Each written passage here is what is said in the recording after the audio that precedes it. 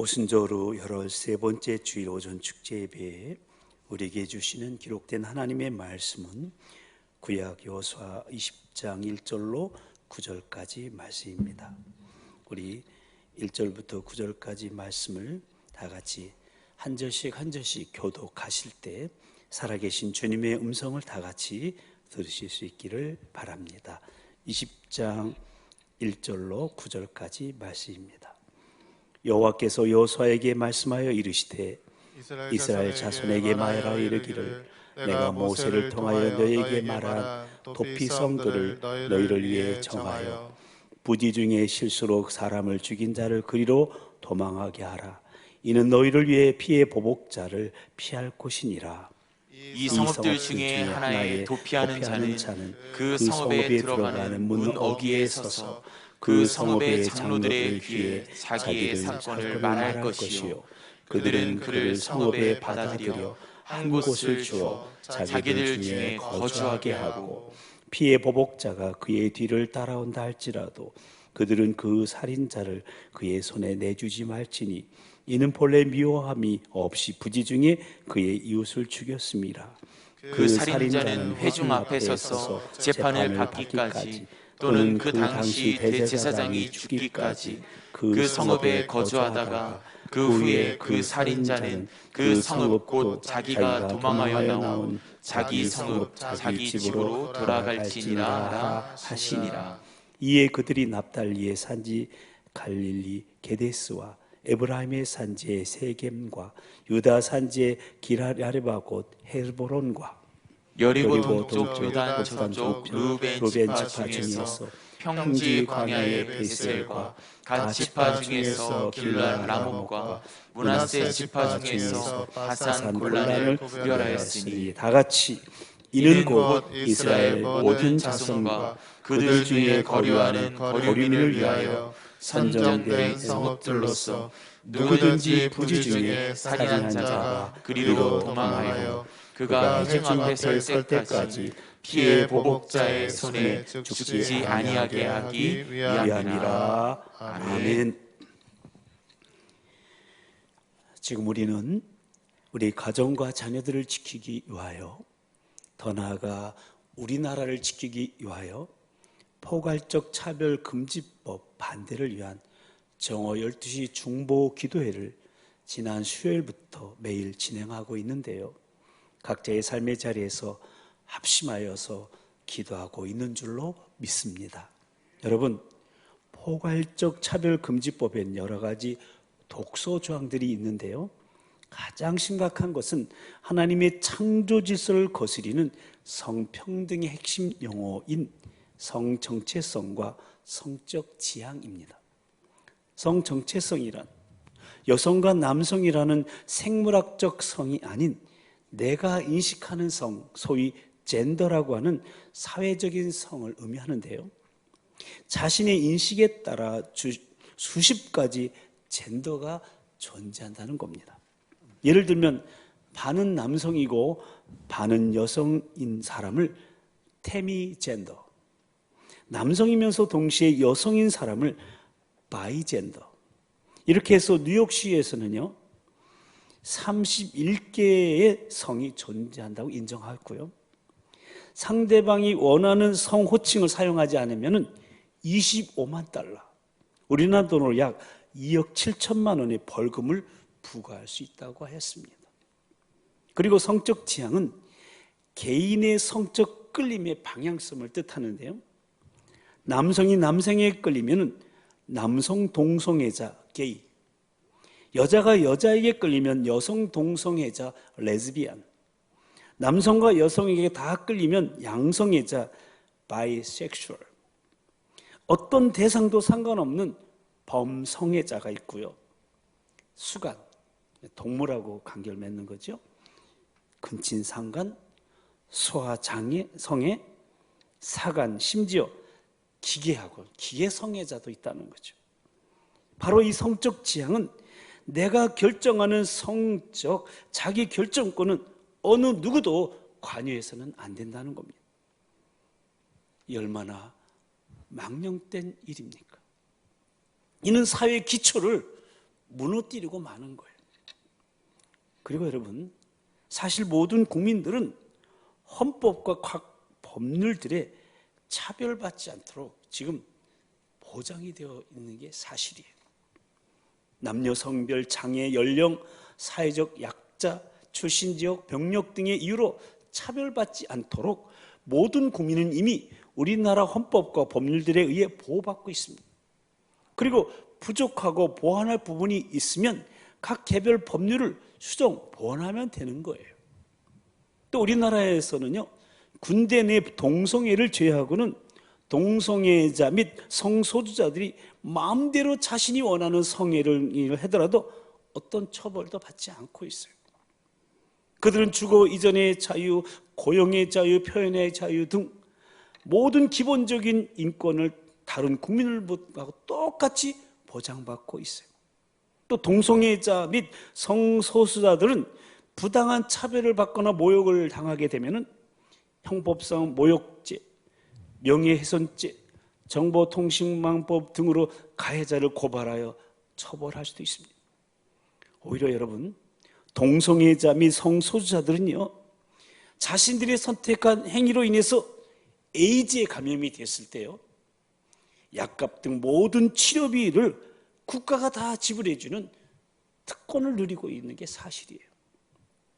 이렇게 동성애자 및 성소수자들은 차별받지 않고 오히려 특권과 혜택을 누리고 있음에도 불구하고요, 그들과 그들이 옹호하는 자들은요, 기독교가 말씀에 근거하여 동성애 행위를 반대한다는 것이나 동성애의 개인적, 보건적 폐해, 사회적 폐해 등을 실제 근거하여서 비판하거나 반대하는 것, 동성결혼을 합법화해 주지 않는 것, 교회, 신학교, 기독교 학교 그리고 교회가 세운 복지시설이나 교육시설 등에서 성소수자들이 일할 수 없는 것 등을 내세우면서 인권을 침해당하고 있다, 차별당하고 있다고 주장하고 있는 거예요. 그래서 포괄적 차별금지법을 제정을 통하여서 동성애 행위 반대에 대해서 징벌적 손해배상이나 이행 강제금 등 법적 제재를 가하여서 신앙, 양심, 표현, 학문의 자유를 억압하려고 하는 겁니다. 그러므로 포괄적 차별금지법은 평등이라는 좋은 명분으로 포장된 동성애 반대 처벌법이고요, 선량한 국민 다수를 역차별하며 조장하는 불평등법이고요, 동성애 에이즈 확산법이 되고 말고 나중에는 저출산 정력법이라 해도 과언이 아닙니다. 그래서 반대하는 거예요. 여러분, 흡연자들 한번 예를 들어볼까요? 흡연자들의 인권을 존중해야 합니다만요, 그렇다고 해서 흡연의 행위를 미화, 옹호해서는 안 되지 않겠습니까? 더더구나 흡연의 폐해에 대하여 말하며 흡연 행위를 비판하는 것을 법으로 제재한다면 다음 세대 청소년들이 어떻게 되고 이 세상이 어떻게 되겠습니까? 마찬가지로 포괄적 차별금지법은 하나님의 창조 질서와 말씀을 거스리는 것, 다음 세대와 세상의 동성애와 여러 성적 음란한 행위로 정신적, 육체적으로 병들게 하며 건강한 가정과 사회를 황폐하게 하는 실로 선량한 국민 다수를 역차별하는 법으로 악법 중에 악법인데, 이대로 통과된다면, 방치된다면 우리 아이들이 어떻게 되겠으며 이 나라 이민족이 앞으로 어떻게 되겠습니까? 앞에서도 언급했지만 이 법을 통과시킨 뉴욕시가 남자와 여자의 성이 아닌 31개의 성이 있다고 인정함으로 인해서 얼마나 혼란스럽고 문란한 사회가 되어버리고 말았습니까? 무엇보다도 포괄적 차별금지법은 단지 동성애 성적인 문제에 국한된 것이 아니에요. 전면적으로 주님의 몸된 이 교회를 무너뜨리려는 사단의 공격 무기라는 사실, 우리 그리스도인들은 알아야 되는 거예요. 포괄적 차별금지법, 소위 평등법이 통과된 서구 사회를 보십시오. 종교로 인한 차별금지로 인하여 이단이나 극단 이슬람에 대해서 사실에 근거한 비판도 하지 못하고 있고요, 거리전도, 관계전도, 신앙상담 등 전도의 자유가 심하게 통제를 받고 있고요, 그리고 전 세계에 선교사를 파송하던 기독교 국가 이 영국이 어떻게 됐냐면요, 평등법이 통과된 이후 10년도 채 못 되어서 만여 개의 교회들이요, 이슬람 사원, 박물관, 쇼핑센터, 술집 등으로 팔리며 문을 닫고 마는 거예요. 얼마 전에 영국으로 유학 간 감리교 후배가 이 사실 그대로 나한테 가르쳐 주더라고요. 그야말로 내가 곧 길이요 진리요 생명이니 나로 말미암지 않고는 아버지께로 올 자가 없다고 말씀하신 예수님의 그 구원의 말씀, 그리고 너희는 온 천하에 다니며 만민에게 복음을 전파하라는 그 지상 명령을 세상법으로 불법화하려는 실로 일제하에 신사참배보다도 더 악하고 나쁜 법이 바로 이 차별금지법인 것입니다. 이런 사실들을 우리 국민들이, 특히 우리 그리스도인들이 제대로 알아야 심각하게 반대하고 기도하고 나가야 그렇게 되지 않겠어요? 분명히 우리 국민들이, 교회가 알아야 돼, 이거예요. 게다가 9월이 되면은요, 이 법안이 국회에 상정될 예정이래요. 그래서 우리 교회는 포괄적 차별금지법의 폐하 문제점에 대해서 유인물을 급하게 만들고, 모이지 못하는 요즘 상황이지만 각자의 삶의 자리에서 매일 정오 12시에 합심해서 중보 기도하자고 촉구하고 있는 겁니다. 만약에 차별금지법이 이대로 통과된다면 헌법에 보장된 종교의 자유, 종교교육의 자유가 침해를 받게 되고요, 다수가 역차별을 받는 현상이 일어나며 우리 사회는 윤리도덕적으로 매우 문란하게 될 것이며 군대에 있는 동성애도 큰 문제가 될 겁니다. 아무리 세상이 변해도 민족 공동체를 지키기 위해 받아들일 것은 받아들이고 거부할 것은 거부해야 하며 나라의 백년대계를 위해 심사숙고해야 되지 않겠습니까? 모쪼록 보내드린 동영상도 보시고요, 유인물도 읽어보시고 정오 12시 합심해서 기도함으로 우리 가정과 우리 자녀들, 더 나아가 우리 민족을, 특히 우리 다음 세대와 주님의 몸된 거룩한 교회를 지켜내게 되기를, 우리를 남자와 여자로 창조하시고 복되게 하신, 그리고 이 땅에 오셔서 교회를 세우신 우리 주님의 이름으로 간절히 축복합니다. 아멘. 오늘 우리가 함께 나눌 하나님 나라 파장을 일으키는 믿음의 삶은 주님을 인생의 피난처로 삼는 일입니다. 오늘 말씀의 제목을 한번 따라서 하십니다. 주님을 인생의 피난처로 삼으라. 주님을 인생의 피난처로 삼으라. 아멘. 우리가 인생을 살아다 보면요, 특히 오늘날과 같이 복잡하고 생존 경쟁이 치열한 세상을 살아가다 보면 도저히 감당하기 어려운 큰일을 당하거나 혹은 큰 잘못을 저지를 때가 생기기도 해요. 그때는 누구나 어디론가 도망치고 싶다는 생각이 들게 됩니다. 말하자면 도피처, 즉 피난처를 찾으려 하는 것이죠. 하지만 마땅치 않아요. 어디를 찾아간다 해도요, 마음이 편치 않습니다. 그래서 애꿎은 술이나 마시면서 잊어버리려고 한다는 거죠. 그리고 심한 경우에는 자살을 택하기도 해요. 그러나 그런 것들이 진정한 피난처가 될 수가 있겠습니까? 결코 아니죠. 오히려 오늘 살아가는 힘을 상실해버리게 하고요, 현실과 괴리된 삶을 살 수밖에 없는 그런 낙오자를 만들고요, 결국은 인생을 파멸에 이르게 하는 결과를 초래하고야 마는 거죠. 그래서 세상에는요, 그 어디에도 진정한 피난처가 없다는 거예요. 근데 오늘 본문에 보면 구약시대의 이스라엘 땅에 그런 피난처가 있었음을 보게 되는데 다름 아닌 도피성이죠. 오늘 본문은 하나님께서 이스라엘 백성을 모세를 통해 출애굽시키시고 이제 모세를 이어받은 여호수아가 이스라엘 백성들을 이끌고 약속의 땅 가나안 땅을 다 정복하고 각 지파에게 땅 분배하는 일을 다 마치자 여호수아에게 도피성을 창하라는 말씀이 내용이죠. 도피성은 본래 모세에게 내렸던 명령인데 지금 여호수아에게 다시 상기시키고 있는 겁니다. 그러면 도피성은 왜 설치되었으며 도피성이 우리에게 어떤 의미를 주고 있는지 오늘 본문 말씀을 통해 생각해 보면서 주님을 인생의 피난처로 삼는 믿음의 삶에 대해서 나누어 보도록 하겠습니다. 그렇다면 먼저 도피성을 왜 설치했습니까? 오늘 본문 3절 말씀을 보십시오. 부지 중에 실수로 사람을 죽인 자를 그리로 도망하게 하라. 이는 너희를 위해 피의 보복자를 피할 곳이니라. 그러니까 도피성은 고의가 아닌 과실로 사람을 죽이게 된 자에게 피해 보복자들의 보복살인을 하지 못하도록 과실살인자를 보호하기에 설치한 성읍이라는 거예요. 그리고 도피성에 피한 그 과실살인자들로 하여금 합법적인 재판을 받을 수 있게 하여 피해 복수를 면하게 했던 겁니다. 오늘 본문 마지막 9절 말씀의 중간 부분을 보십시오. 누구든지 부지 중에 살인한 자가 그리로 도망하여 그가 회중 앞에 설 때까지 피해 보복자의 손에 죽지 아니하게 하기 위함이니라.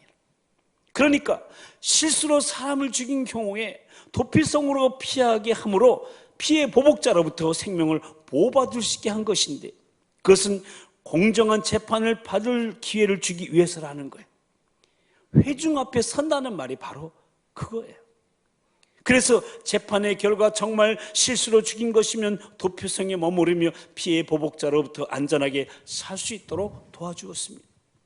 그런데 흥미로운 것은요, 도피성으로 피한 사람은 당시 도피성을 지키던 대제사장이 죽기까지 거기 머물러 있어야 된다는 거예요. 오늘 본문 6절 중간 부분부터 보면 그 당시 대제사장이 죽기까지 그 성읍에 거주하다가 그 후에 그 살인자는 그 성읍 곧 자기가 도망하여 나온 그 자기 성읍 자기 집으로 돌아갈지니라 하라 하시니라. 그러니까 도피성이 안전하게 피신하여 살고 있다가 대제사장이 죽은 후에는 완전한 자유의 몸이 되어서 집으로 돌아가게 했다는 거예요. 그러니까 도피성으로 피한 사람이 완전한 자유의 몸으로 피할 수 있을 때는 언제냐? 대제사장이 죽은 후에라는 거예요. 대제사장이 죽으면 완전 사면이 됩니다. 그래서 피해 보복자가 할 수도 없고요, 본래 살던 고향집으로 돌아가게 된다는 겁니다. 여기서 우리는 하나님과 우리 인간을 중보하시는 우리의 영원한 대제사장이신 예수 그리스도를 떠올리게 하는 거예요. 대제사장이 죽은 후에 그 도피성에 피해 있는 살인자가 완전히 사면을 받는 것은 마치 예수님이 저 십자가에서 대속의 피를 흘리고 죽으심으로 우리 인간이 구원받을 수 있는 것과 같다는 거예요. 그러니까 오늘날 도피성은 없지만 도피성을 통해 보여주신 구원은 십자가를 통해서 그대로 실현되고 있다는 거예요. 그리고 또 하나 흥미로운 것은요, 도피성을 둔 장소와 그 장소들의 이름의 의미입니다. 당시 도피성은 요단 동편과 서편에 각각 3개씩 6개를 두었는데 어느 곳에서도 도피성으로부터 30마일 이상 떨어지지 않도록 되어 있습니다. 즉 하루 거리 이내로 도피성을 둔 거예요. 그러니까 도피성은 아무리 멀어도 하루길 안에 위치시킴으로 그곳으로 피신하기가 용이하도록 했던 겁니다.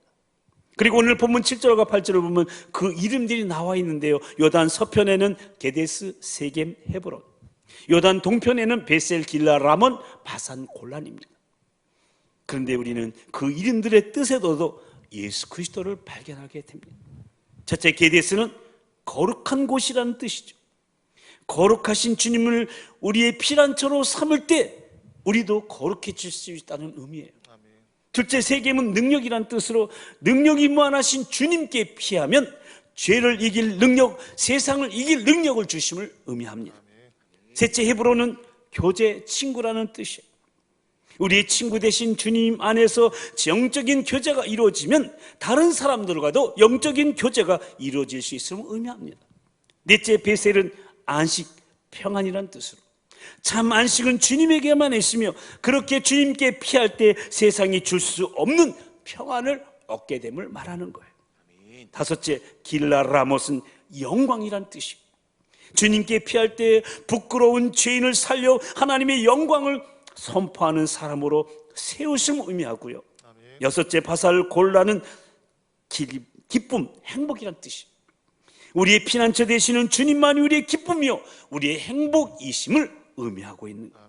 아멘. 그러니까 도피성은 바로 우리 주 예수 그리스도를 예표하는 거예요. 바로 예수 그리스도의 십자가를 통해 우리가 구원받아 거룩하신 주님과 함께 할 때 주님의 능력으로 죄와 세상을 이기며 주님 안에서 교제하며 주님이 주시는 안식과 평안을 누리며 세상 가운데 하나님의 영광을 선포하면서 오직 주님만이 내 삶의 기쁨이 되는 실로 세상의 삶과 차원이 다른 그러한 새로운 복된 삶을 살아가게 되는 것을 의미하고 있는 거예요. 아멘. 그러므로 사랑하는 성도 여러분, 우리 주님만이 죄 많은 우리 인생에, 고달난 우리 인생에, 절망과 탕심만이 가득한 우리 인생의 도피성이신 진정한 피난처이심을 믿으시고 그 안에 거하시게 되기를 축복합니다. 아멘. 그러면 우리 인생의 피난처 되신 우리 주님으로 말미암아 새로운 복된 삶은 본질적으로 어떤 삶을 의미하는 것일까요? 다시 말해 주님을 인생의 피난처로 삼는 믿음의 삶은 어떤 삶일까요? 먼저 죄로부터 구원받은 안식의 삶입니다. 인간은 죄로 인해 정죄와 속박을 받습니다. 겉으로 보기는 멀쩡해도 양심의 가책으로 인해 영혼의 고통을 당하며 살아갑니다. 그러므로 세상에서 온갖 부귀 영화를 다 누려도 영혼의 참 평안과 만족함이 없는 거예요.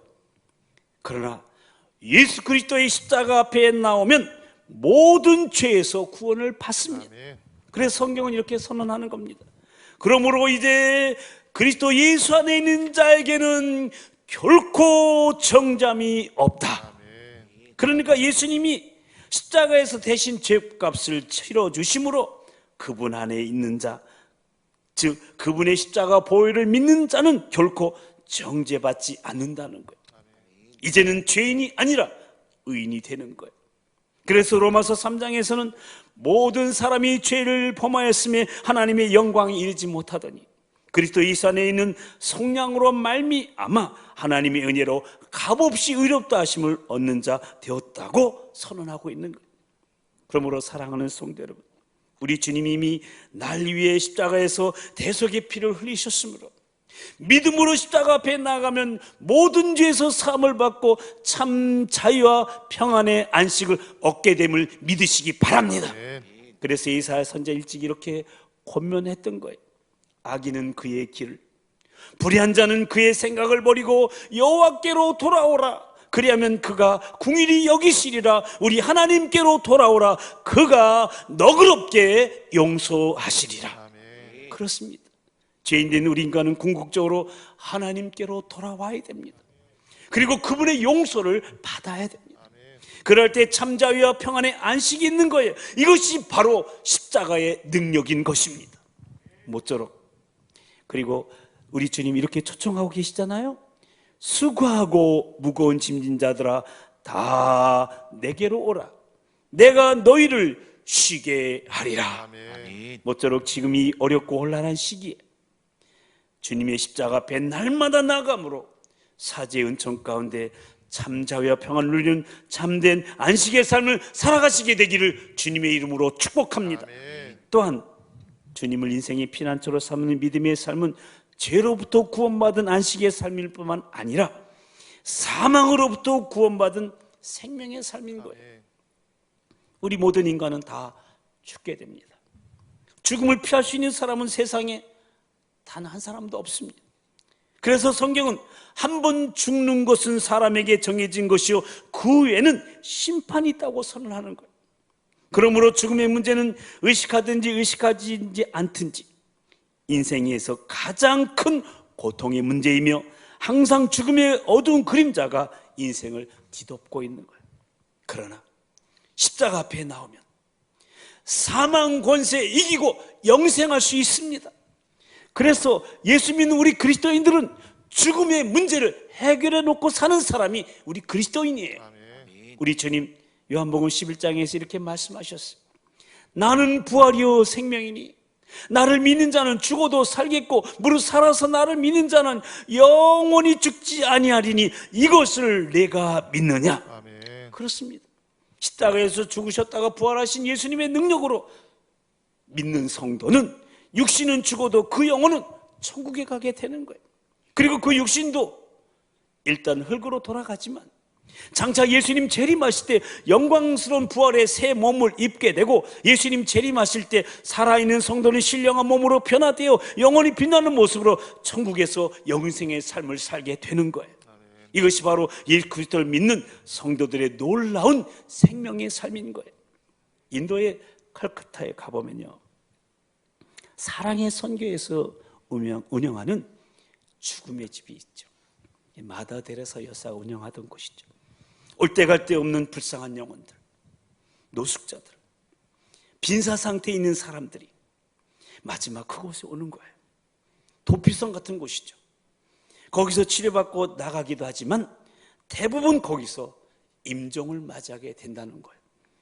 육신적으로 보면 정말 불쌍하기 짝이 없어요. 그러나 놀라운 것은요, 그들의 표정이, 임종을 앞둔 그들의 표정이 얼마나 밝은지 모른다는 거예요. 어떻게 그럴 수 있을까요? 그것은 예수 그리스도 안에 있는 천국의 소망, 영생의 소망이 그들에게 있기 때문이라는 거예요. 그러므로 사랑하는 성도 여러분, 이 세상에서 죽음의 두려움이 우리를 엄습한다 할지라도 예수 그리스도의 십자가 바라보면서 그 너머에 있는 천국을 소망함으로 인하여 늘 담대함과 영생의 기쁨으로 충만한 생명의 삶을 살아가시게 되기를 바랍니다. 아멘. 이것이 바로 예수 그리스도를 내 인생의 피난처로 삼은 그리스도인의 사망으로부터 구원받은 생명의 삶인 거예요. 그리고 하나 더 생각해 볼 것은 환난으로부터 구원받는 승리의 삶입니다. 앞에 두 가지 삶, 즉 죄로부터 구원받은 안식의 삶과 사망으로부터 구원받은 생명의 삶이 과거적 구원에 해당되는 삶이라면, 환난으로부터 구원받은 승리의 삶은 현재적 구원에 해당된다고 할 수 있겠어요. 여러분, 세상은 아무리 좋은 데라도 여러 가지 고통이 따르기 마련이지 않습니까? 환난과 역경이 있고 질병과 아픔이 있는 거예요. 그리고 도처에 위험이 도사리고 있어요. 그런데 우리 주 예수 그리스도는 우리를 죄와 죽음에서 구원하실 뿐만 아니라 오늘 현실의 고통과 위험으로부터 구원해 주시는 진정한 우리의 피난처이시라는 거예요. 그래서 도피성으로 도망간 사람이 자기를 추격하는 위험으로부터 보호받고 안전하게 살았던 것처럼 예수님 십자가 앞에 나오면 보호받는 거예요. 하나님의 도우심을 받습니다.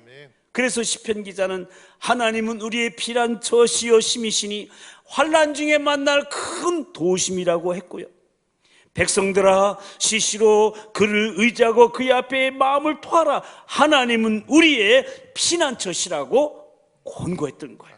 그리고 요한일서 5장 18절에 보면은 하나님께로부터 나신 자가 그를 지키심에 악한 자가 그를 만지지도 못한다고 말씀하고 있어요. 그러므로 막막하다고 생각할 때 십자가 앞에 나오시기 바랍니다. 괴로울 때 주님 품 안에 거하시기 바랍니다. 아니, 항상 주님 안에 거하시길 바랍니다. 그곳이 안전지대인 것입니다. 아멘. 우스갯소리 같지만 이런 이야기가 있습니다. 지금 비행기가 이렇게 해서 상공을 날아가고 있어요. 비행 시간이 길어지니까, 지루하니까 이 아이들이 근질근질해서 왔다 갔다 하면서 떠는 거야. 막 떠들어요. 비행기 승무원이 몇 번 타일러도 효과가 없어요. 주위 승객들이 얼굴을 찌푸립니다. 그러자 승무원이 아이들에게 한마디 이렇게 말합니다. 얘들아, 그렇게 떠들려면 나가서 놀아. 그러자 아이들이 꼼짝 못하고 잘 앉아 있더랍니다. 당연하죠. 아무리 답답해도 비행기 안에 있어야지. 비행기 밖으로 나가면 어떻게 되겠습니까? 공중분해돼 버리고 마는 거 아니에요?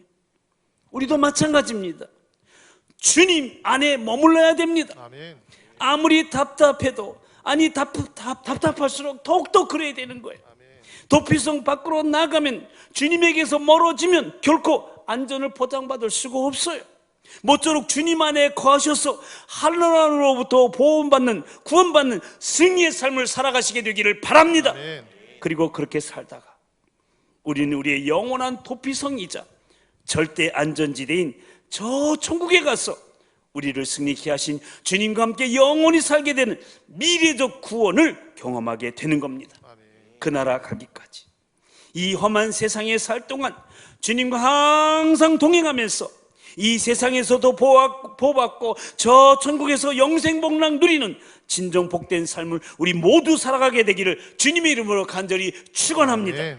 근데 여기 우리가 오늘 본문에서 결코 간과하지 말아야 될 것은 오늘 본문 마지막 9절 말씀, 이는 곧 이스라엘 모든 자손과 그들 중에 거류하는 거류민을 위하여 선정된 성읍들이라고 말씀하고 있어요.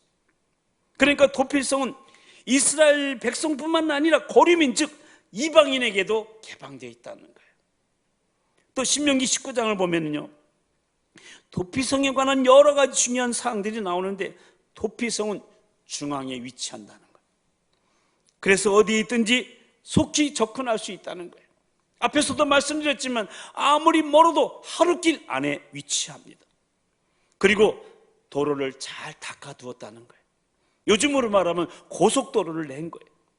유대인 역사가 요세푸스에 하면 도피성으로 가는 길을 알려주는 도로 표지판까지 있었다는 거죠. 여러분, 이것을 오늘 우리에게 적용하면 무슨 말씀일까요? 바로 십자가 복음, 즉 천국 복음을 전파하는 거예요. 예수님은 이 땅의 그리스도인들과 교회들에게 이 천국 복음이 모든 민족에게 증언되기 위하여 온 세상에 전파되리니 그제야 끝이 오리라고 말씀하셨어요. 그리고 너희는 온 천하에 다니며 만민에게 복음을 전파하라고 명령하셨어요. 그러니까 우리만 도피성 되시는 주님 안에 머무르는 거, 그걸로 그치지 말라는 거예요. 우리 이웃과 이민족 더 나아가 온 세계 만민에게 도피성 되시는 주님께로 가는 도로 표지판 역할을 우리로 하여금 감당하라는 거예요. 모쪼록 여러 가지 문제로 어렵고 하루에도 몇 번씩 깜짝 놀랄 만한 일들이 일어나는 우리네 인생길에서, 그 힘든 삶의 자리에서 우리 인생의 도피성이신 주님 안에 거하는 저와 여러분 모두가 다 되시기를 바랍니다. 아멘. 그리하여 죄로부터 구원받는 안식의 삶으로, 사망으로부터 구원받은 생명의 삶으로, 그리고 환난으로부터 구원받는 승리의 삶으로 기뻐하며 많은 영혼들을 주님께로 인도하는 복된 인생들이 다 되시기를, 그런 우리를 통해 하나님 나라가 세워지고 확장되어 나가게 되기를, 실로 하나님 나라 파장이 계속 열방으로 미래로 퍼져나가 세계 모든 민족과 열방이, 특히 우리 다음 세대가 주님 안에 보호받으며 거룩한 자영지로 일어나게 되기를 우리 인생의 피난처 되시는 우리 주님의 이름으로 간절히 축원합니다. 아멘. 우리 함께 기도하십시다. 오늘 우리는 구약시대 이스라엘 땅에 세워졌던 도피성에 대한 말씀을 나누면서 그 도피성이 우리 인생의 피난처 되시는 주님을 예표하고 있음을 다시금 깨달으며 그 주님 안에 거하는 삶이야말로 죄의 무거운 짐으로 인해 고단하고 절망과 탄식만이 가득한 우리 인생이 살아야 하는 새롭고 복된 삶이라고, 그것이 주님을 인생의 피난처로 삼는 믿음의 삶이라고 말씀을 나누었습니다.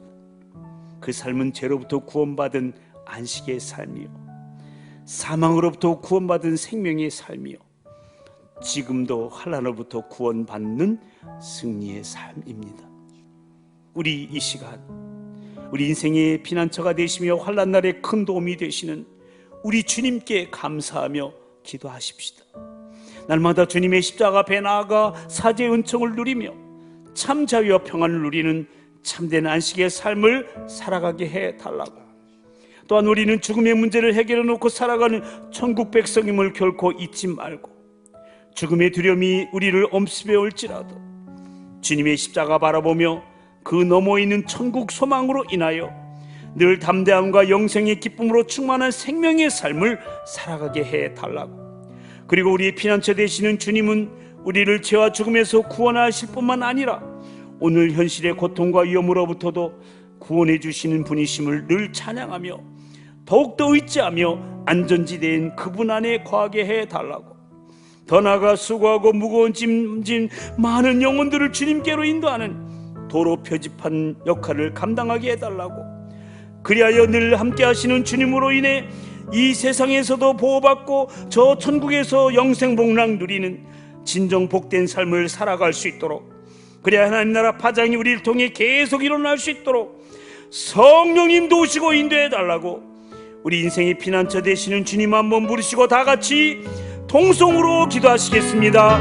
주여, 사랑과 자비한 정의 주님, 오늘 구약시대 이스라엘에서 얻었던 도피성에 대한 말씀을 나누면서 우리의 피난처, 우리 인생의 피난처 되신 주님을 예배하고 있는 도피성에 대해서 깨달으며 주님 안에 거하게 해주시는 주님을 찬양합니다. 죄 무거운 짐으로 인해 고단하고 절망과 탄식만이 가득한 우리 인생, 하나님 아버지, 우리가 살아야 되는 새롭고 복된 삶이 바로 예수님 안에 주님을 인생의 피난처로 삼는 믿음의 삶을 깨닫게 해주시니 감사합니다. 죄로부터 구원받은 안식의 삶, 사망으로부터 구원받은 생명의 삶, 지금도 하나님과 구원받는 그럼에도 불구하고 가르쳐 주셔서 감사합니다. 우리 인생의 피난처 되시며 환난 날의 큰 도움이 되신 우리 주님께 감사하며 기도하는 우리가 되게 해주시고, 날마다 주님이 십자가 앞에 나아가 사죄의 춤을 추시며 참자의 평안을 누리는 참된 안식의 삶을 살아가게 해주시옵소서. 우리로 죽음의 문제를 해결해 놓고 살아가게 해주시고 천국 백성 삼아주심을 감사합니다. 죽음의 두려움이 밀어붙이고 주님의 십자가 바로 우리 그 너머 있는 천국을 소망하면서 늘 담대함과 영생의 삶으로 충만한 승리의 삶을 살아가게 하여 주시옵소서.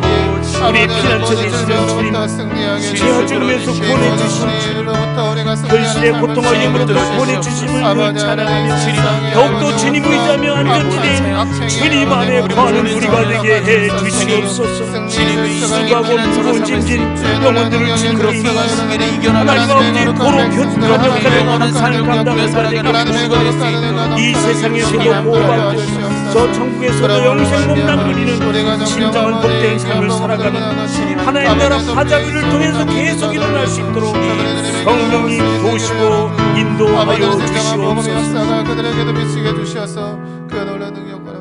하나님 아버지, 복잡하고 생존 경쟁이 치열한 세상을 살아가다 보니 도저히 감당하기 어려운 큰 일을 당할 때가 있고, 하나님 나라에 합당하지 못한 큰 잘못을 저지를 때도 있어 그때마다 어디론고 도망치고 싶지만 이 세상 어디에도 우리가 편히 쉴 만한 피난처는 없음을 고백할 수밖에 없는 저희들, 오늘 이스라엘의 도피성 제도를 통해 주님이 우리 인생의 피난처 되심을, 그리고 그 주님 안에 있는 새롭고 복된 삶을 다시금 깨닫게 하셨사오니 이제 피난처 되시는 주님의 십자가를 은혜 안에서 죄로부터 구원받은 참 자유와 평안을 누리는 참된 안식의 삶을 살아가게 하시고, 사망으로부터 구원받은 사실을 확신하면서 담대함과 영생 기쁨을 누리는 참 생명의 삶을 살아가게 하시고, 험한 세상 가운데 당하는 여러 가지 환난에서 구원받는 승리의 삶을 살아갈 수 있도록,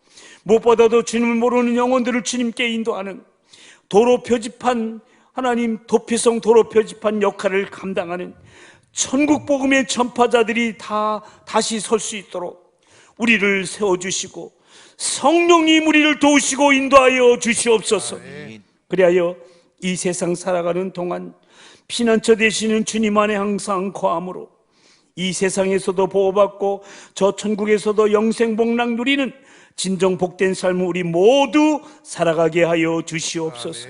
더 나아가 그런 우리를 통해 하나님 나라가 세워지고 확장되게 되어 나가게 하시고, 실로 하나님 나라 파장이 계속 열방으로 미래로 퍼져나가 세계 모든 민족과 열방이, 특히 우리 다음 세대가 주님 안에 보호받으며 거룩한 차영지로 일어나게 하여 주시옵소서. 믿사옵고 우리 인생의 피난처 되시는 우리 주 예수 그리스도의 이름으로 간절히 기도드리옵나이다. 아멘.